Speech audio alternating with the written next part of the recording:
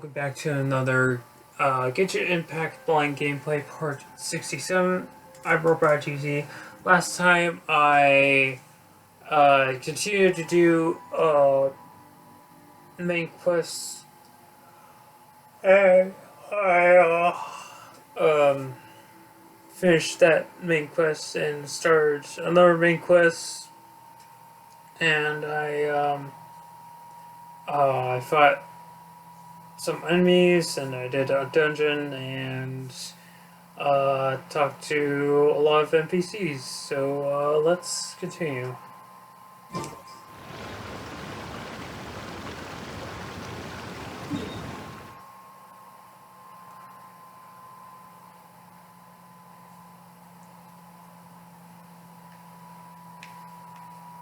First of all, gotta do daily stuff.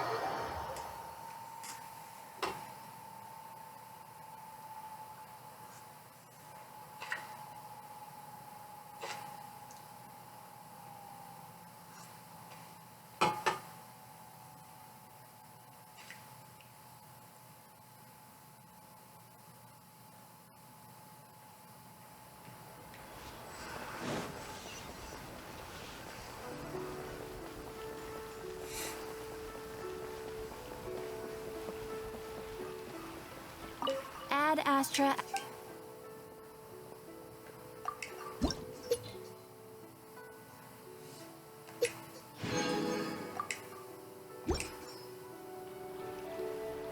Ad Astra Ab.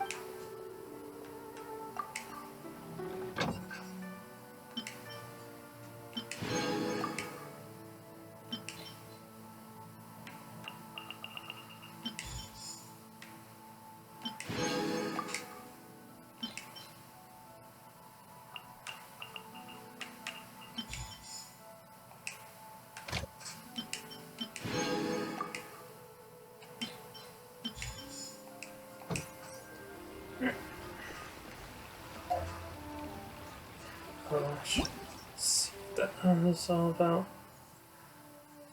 Geovishap. Bulky adult Geovishap in one of its modes of attack. If it hits a character with a shield and fails to break the shield, it will be stunned for a moment by the recoil.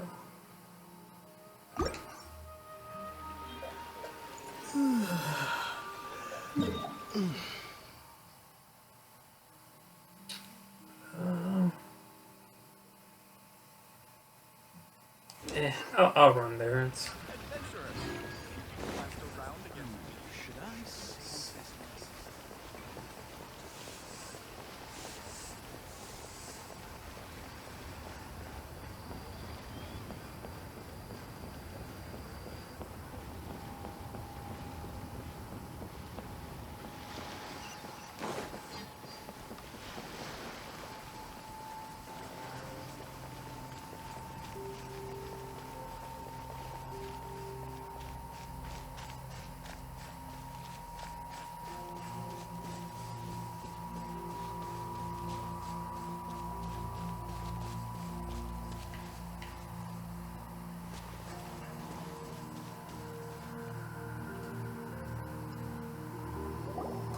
Oh my god, I can't believe my eyes. How can she lift that massive rock all by herself? She's got to be one of those adepti, surely. Size and quality, and the condition it's in is quite simply immaculate. Congratulations, this item is approved for submission. I'm going to award you full marks for the Sunset Vermilionite item. May I take your name? My name isn't important. I'm not even here to compete. I was just delivering this for some other people. They should be here any minute now. Shenhe and Ningguang's little helper. Ah, so you're the ones behind this. No wonder. The rarest talent turns in the rarest plastrite specimen. But I have to correct you on one point. It's not helper, it's secretary. Okay then, Miss Secretary, what do you think of the rock we found? Pretty amazing, right? In truth, it is the finest piece of plastrite we have received so far. If everything goes according to plan, we will use this piece in the foundation of the Jade Chamber, which will enable us to proceed to the next stage of construction. As a side note, Lady Ningguang has rented some dwellings in the nearby area to serve as accommodations for the contestants. If you need a place to rest, you are welcome to stay there. Now, please excuse me. As you can see, there is still a lot of work to do on the building site. Shenhua! Shenhua! Just now on the way over, pretty much everyone was singing your praises! Oh, really? What kind of reaction is that? So strange. Aren't you happy about it? Whenever Paimon gets praised, Paimon can't help but hold their head up high and break into a big smug smile. I've had similar compliments before. They call me an adeptus, treat me with great deference and respect, as if I'm set apart from the common folk. Yeah, 'cause that's how adepti are. At least the ones we've met are pretty unique and reclusive, too. Way different than normal people. But I am not... Shenhua? I'm fine. I've been exerting myself quite a lot ever since we set foot in that abode. I'm just a little fatigued. Right. Well, Byron said that there are some makeshift hotels we can use, right? Let's go check in and take a rest. No need. I simply need to find myself a secluded place in the wilderness to sit and meditate in silence. You can't do that. It's dangerous out in the wild on your own. When you're hungry, you go eat something tasty. And when you're tired, you go lie down in a nice, comfy bed. All right? Seriously, don't punish yourself like this.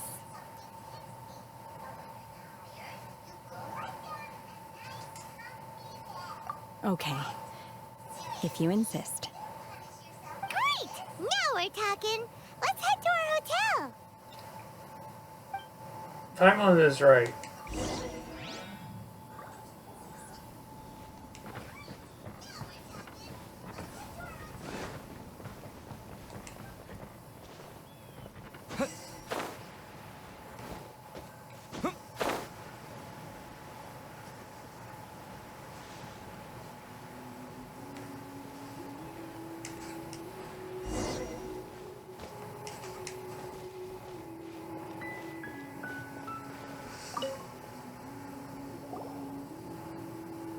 Hi there.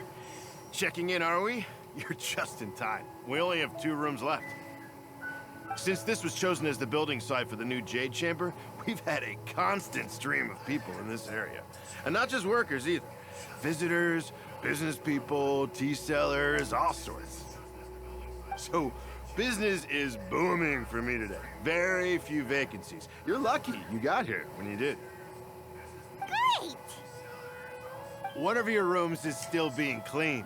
I guess it should be ready within the hour. The other room is just at the door on the left. Here are your keys. All right. Hope you enjoy your stay. Please excuse me, I'll leave you to it. Shenhua, you should go get some rest. We'll hang around outside until the other room's ready. Paimon's gonna go see if there's anything good to eat around here. Paimon couldn't help but notice one of the guests walked in with a huge grilled chicken drumstick before. It's tomorrow. All right. I will head to my room for now.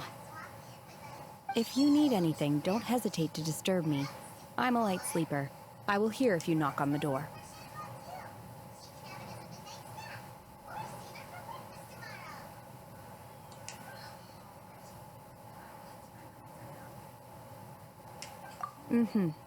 See you tomorrow.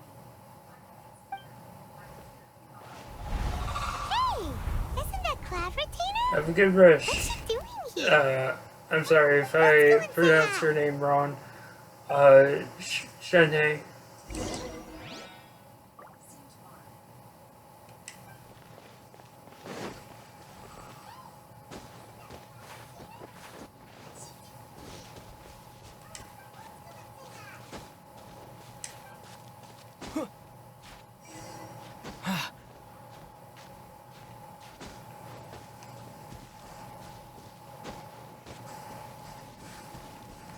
Oh, I was stuck a little bit.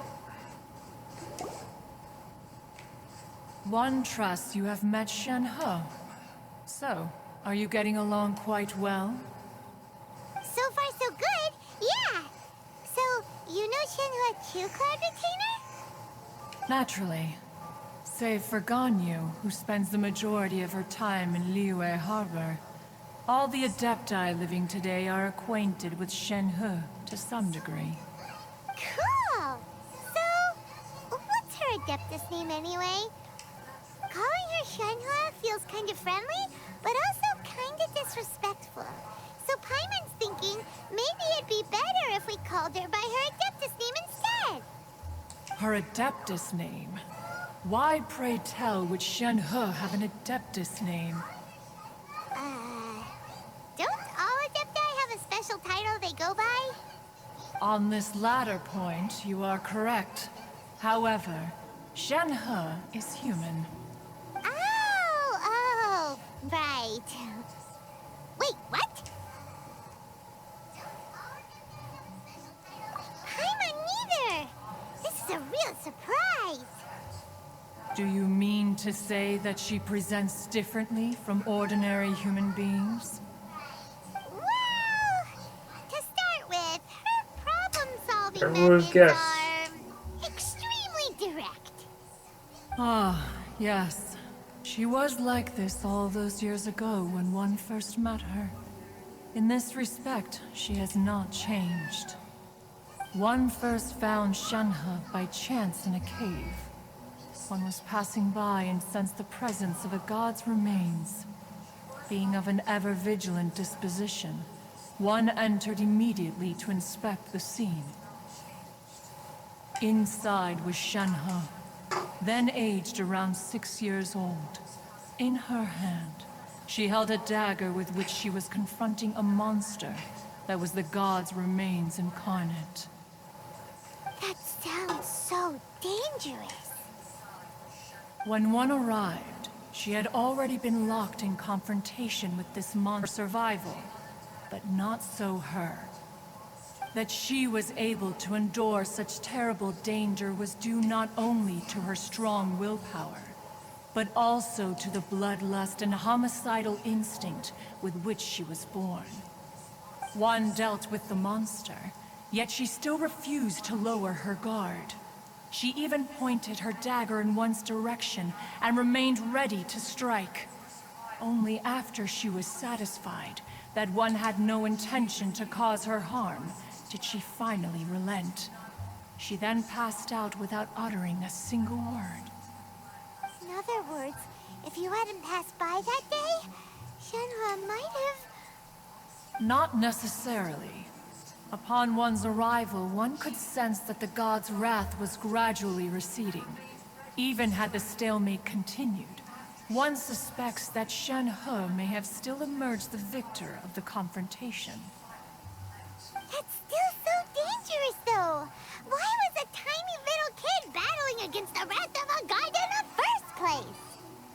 Alas, the mortal world is rife with suffering of every kind. And she had experienced her fair share of this, even at a tender age. Seeing that she was homeless, one decided to adopt her.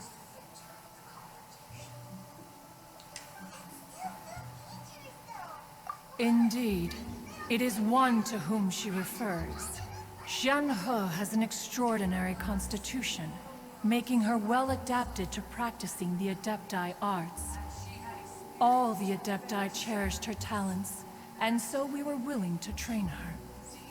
However, her homicidal urges did not So subside when with age. Shenhe Rather, talks grew about her stronger master, day she by means... day. Mooncarver once performed a divination for her. He declared that her fate is to bear the curse of calamity. Consumed by malevolent energy, she is prone to bring harm to those around her. Such is the magnitude of the danger this poses, that her soul must be bound with red ropes to keep her homicidal instinct at bay. The red ropes have indeed served to keep her calmer, and more content. They also seem to have rendered her somewhat inexpressive.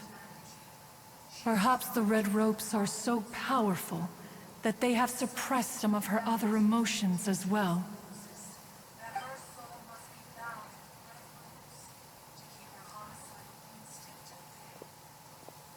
It is only by fate that people's paths may cross. Now that Shen-He's path has crossed with yours, please be sure to treasure the gift that fate has given you, and take good care of her. Oh, now Paimon gets it. You came out here to check up on Shenhe because you were worried about her, didn't you? Huh. You dare draw such a facile conclusion on the nature of one's present excursion? Incorrect. The truth is that while Liyue Harbor may seem peaceful today, danger is always lurking in the shadows. Ningguang once made a bold assertion that this is to be the era of the contract between Liyue and the humans. Well, one is most curious to observe how she will respond to the coming storm. If she handles it admirably, one is willing to be a witness to her achievements. But if she does not, the Adepti shall not hesitate to seize control. Let us conclude our conversation here for today. One has occupied enough of your time, and night is approaching. Be sure to get ample rest.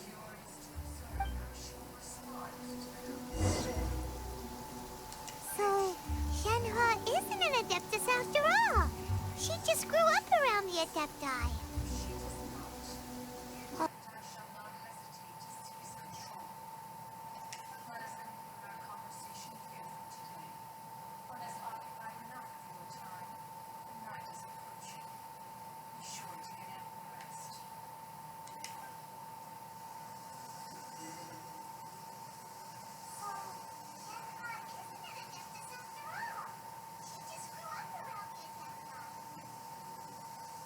Oh, no wonder she doesn't like being treated as an Adeptus.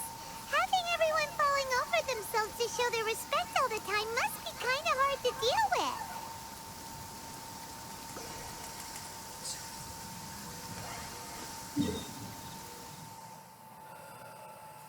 Oh, just here? Okay.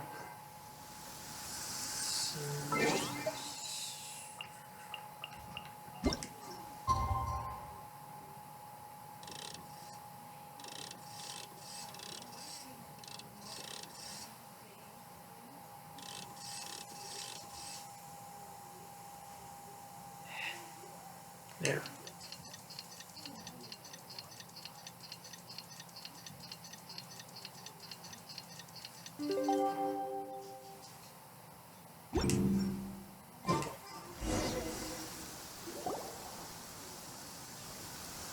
Hey, so, Shenhe, Master has relayed my situation to you, I take it. oh? How did you know? I'd intended to wait until you came back before going to sleep, but I didn't hear you come in.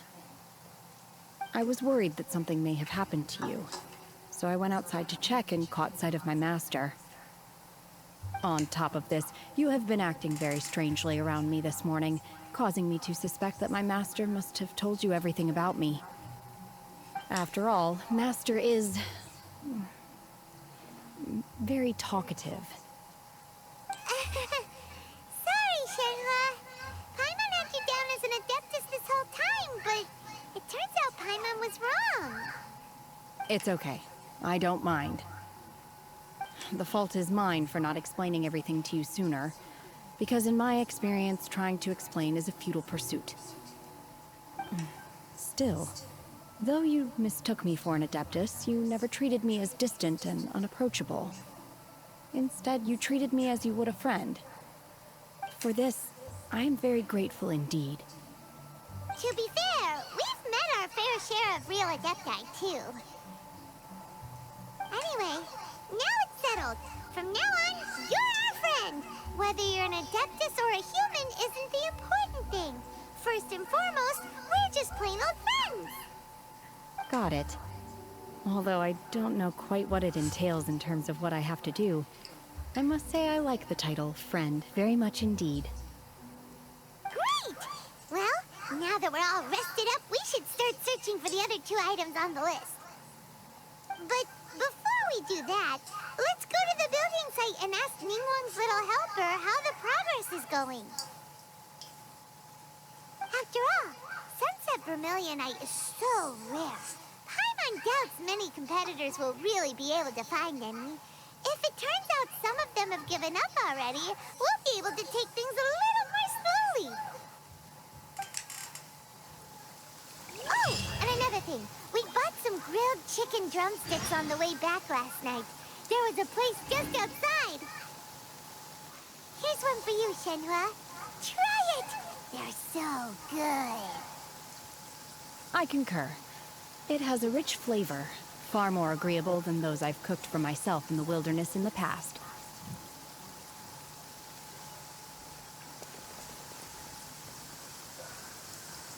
Yes.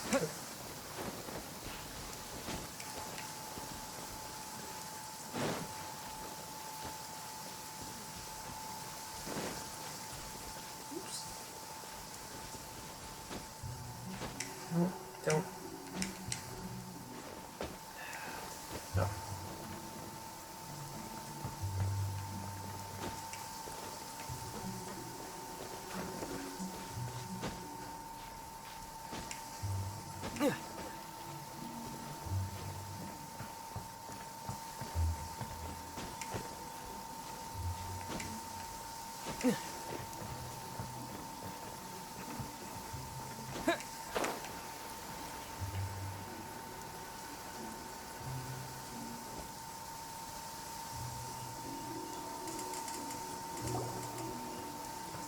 Look! Look! The Jade Chamber is floating into the sky! But it seems to be tied down by something. That's because it's not finished. Hey, Byron! And hey! People Paimon doesn't know? Given the enormous scale of the Jade Chamber, we split the construction work into 2 phases to make sure the structure remains balanced. Before we find some suitable plastrite, we build the Jade Chamber's keel at ground level. Once the plastrite is ready, we place it into the keel and let the partially constructed Jade Chamber rise up to the height of the surrounding mountain peaks. The remainder of the construction work is then carried out at that altitude. Once everything is ready, we release the iron tethers and allow the Jade Chamber to rise to its target altitude. Miss Bywin, we've brought some new materials to submit. One moment, I'll be right there. The construction work has only been able to progress this rapidly thanks to the plastrite provided by you. Lady Ningguang is most grateful and looks forward to seeing more of your work. Wow, can't believe you sourced the plastrite so quickly. It's the key piece of the puzzle. Looks like you beat us to the punch. Wait, I know you. You're the one who fought against the Fatui and Osile, right? Oh, sure enough, your reputation precedes you. Pleased to meet you. I'm Beidou, captain of the Crux. Beidou? Are you here to join the Jade Chamber contest too? Sure am. I happened to get my hands on a chunk of Sunset Vermilionite on a voyage a while back, so I figured I'd bring it over. Huh. So even though it's rare, we're not the only ones who managed to get a hold of it. Oh, I've got some introductions to do. This is the renowned Miss Yun, or Yunjin, probably the most famous figure in the Liyue opera scene. Greetings. These 2 are Paimon and the Traveler. I'm sure you've heard of them before. And this is... sorry, I'm not sure we've met. Shenhua. I am their... friend. Good to meet you. Well, from today on, I guess all of us are friends. Miss Yun is also here for the contest. Turns out she needed to borrow a boat, so we came together.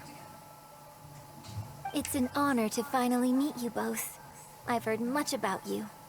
Miss Shenhe, though we are only meeting for the first time, I have a feeling that we will get along very well indeed. To be honest with you all, I am in great need of this opportunity to ask Lady Ningguang a question. That's why I joined the contest. Thanks to my father's connections, I was able to acquire a specimen of the plaustrite required. Fortunately, it was approved for submission, despite being a little on the diminutive side. Wow. So it looks like the three of us are competitors now.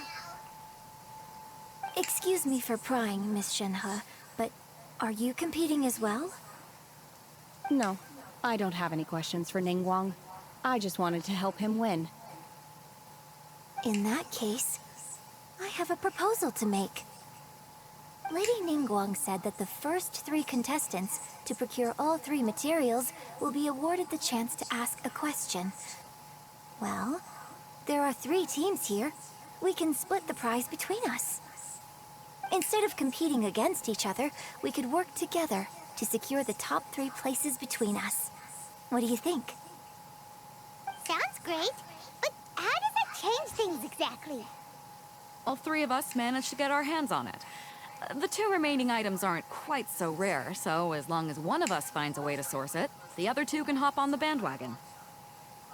How'd I do? Is that what you had in mind? Precisely. Huh. Interesting approach. Okay then. All right, I'll go first. I have some leads on these wonder cores. From what I've heard, the core itself is really not that difficult to make. The hard part is getting hold of the ore used as raw materials. I'm gonna head back to the ship and ask Su Ling if he's heard of them. You guys... We will head into town and seek advice from Master Zhang of Hanfeng's Ironmongers. Thoughts?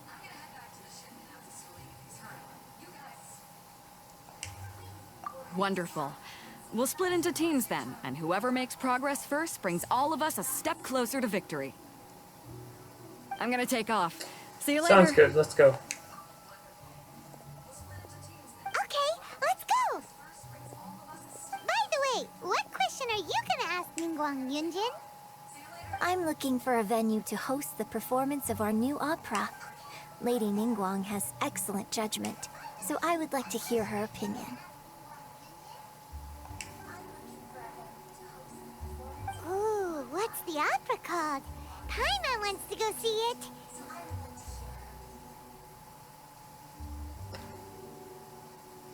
The opera is a labor of love by my father. He wrote it based on a popular urban legend about an evil spirit. I want to hear the title of this It's opera. called The Divine Damsel of Devastation.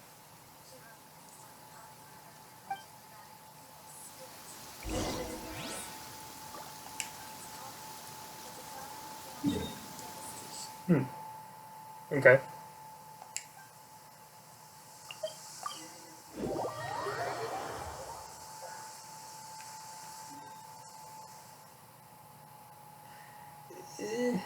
Sure.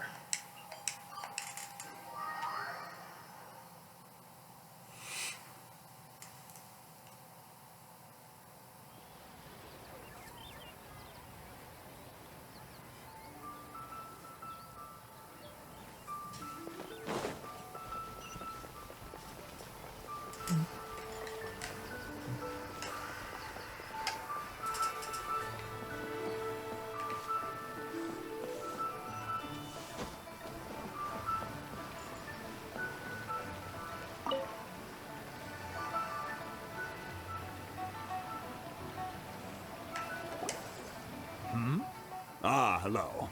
Are you here for something off the shelf, or do you need something forged? Excuse me, Master Zhang. We were wondering if you'd heard of something called a Wonder Core. Of course I have. Sorry, who's asking? My name is Yunjin. Perhaps you don't know me, but I believe that you forged some weaponry for my father in the past, for stage use. Yunjin? Stage use? Oh, so you must be Miss Yun. Sorry, my brain's finally caught up. It's not used to doing much beyond bashing a hammer all day. Everyone's heard of you, Miss Yoon. Even folks who don't make it to the opera all that often. Like myself. So, you're here to ask about wonder cores, huh? As it happens, I do know how to make them. Matter of fact, I made some for Lady Ningguang back when she was building the original Jade Chamber. The types of ore needed to make wonder cores are a little hard to come by. Lady Ningguang supplied them herself last time. I don't suppose you've brought any yourselves? No, we were gonna ask you what kinds of ore we need. Sure. Well, you'll need two kinds. Star Splinter Iron and Subrosium. If I remember correctly, Lady Ningguang sourced her Star Splinter Iron from the Mount Tianheng area. They say it resonates with visions. It could take some work, but if you stick with it, you'll find some eventually. As for the Subrosium, though, that's trickier. It's all but unheard of on the market.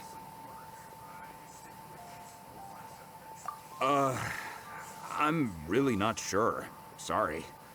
What I've heard is that the people around Mount Tianheng have some sort of magic trick that can pinpoint the location of the stuff. Of course, it's probably just hearsay. If you want my advice, start by looking for Star Splinter Iron around Mount Tianheng. And if you run into any locals, ask them a few questions about Subrosium. Mount Tianheng.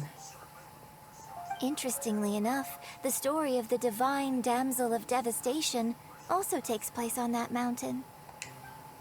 I hear the view there is quite spectacular. A favorite destination of the Adepti, in fact. Perhaps it can give me some inspiration. Let's not delay. We should head straight there.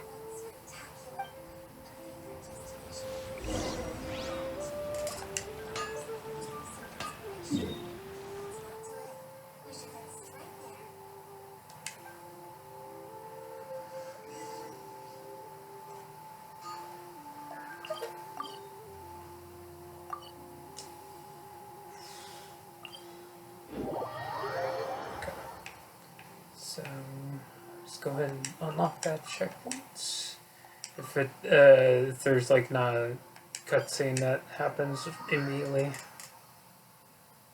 I can unlock it later. It's fine.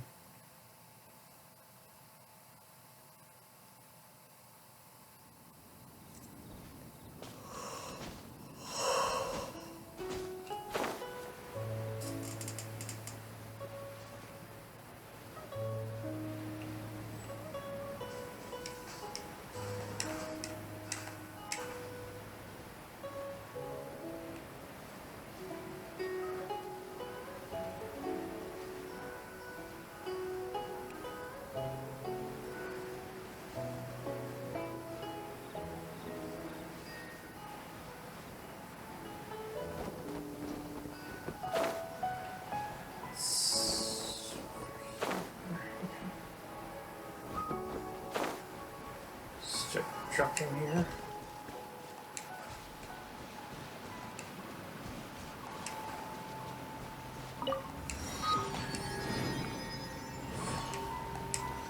Here.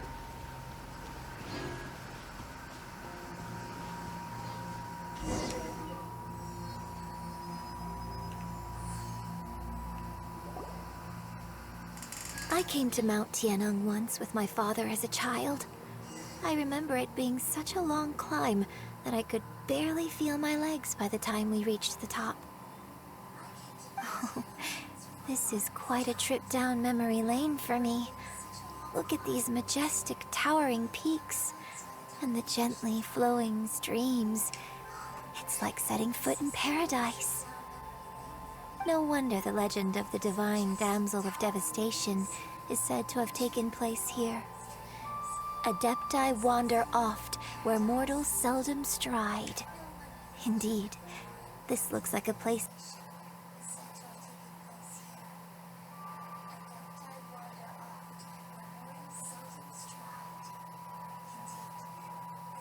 that one might expect to be frequented by Adepti. The Divine Damsel of Devastation is your upcoming opera, right? And the story takes place in Mount Tianheng. Huh. Seems like you have a real connection with this place. What's the story about, though? It's the story of a girl becoming a hero. Cool. A hero story? They're Paimon's favorite! The legend first arose in this area. It is said that there used to be a prosperous village on the mountain. In that village, there was a loving couple who were completely devoted to one another. One day, a terrifying monster appeared.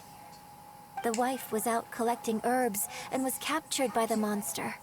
Her husband was so distraught at the news that it broke his spirit and drove him to madness. The vile and vicious monster told the villagers, "If you want to live, you must sacrifice a child to me." What a nasty piece of work! Paimon sure hopes this monster gets put in its place! But the monster was so terrible and so strong that all within the village were terrified of it. They had no choice but to give in to the monster's demand. Just while they were discussing whose child would be given over to the monster, a little girl suddenly stood up and came forward. No! Don't do it, little girl! Unbeknownst to anybody else, she was concealing an exorcist's blade. She approached the monster's lair, feigning fear and trepidation. When she finally arrived, she courageously drew her sword and entered into a fierce struggle with the monster, from which she eventually emerged as the victor. Her extraordinary abilities drew the attention of the Adepti, and they took her as one of their own. Her story became the stuff of legends. But alas, the paths of mortals and Adepti seldom cross, and she would never again re-enter the mortal world. And so, destined to grace the mortal realm for but a brief moment, she vanished like a wisp of smoke into thin air. That's how the opera ends. It looks at Shenhe. I really like this story. But I personally think that perhaps the little girl was not as brave as the opera makes her out to be. I'm not sure she deserves all the praise she is given. I've never considered that before. Opera is always an interpretation of the events it purports to portray. A certain degree of deviation from the truth is always inevitable. When my father wrote the script for this play, I suppose his intention was to inspire his audience with the character of the divine damsel. I think it's a great story. The ideal story. Well, it sure inspired Paimon! Let's go get ourselves some Star Splendor Iron! Yeah!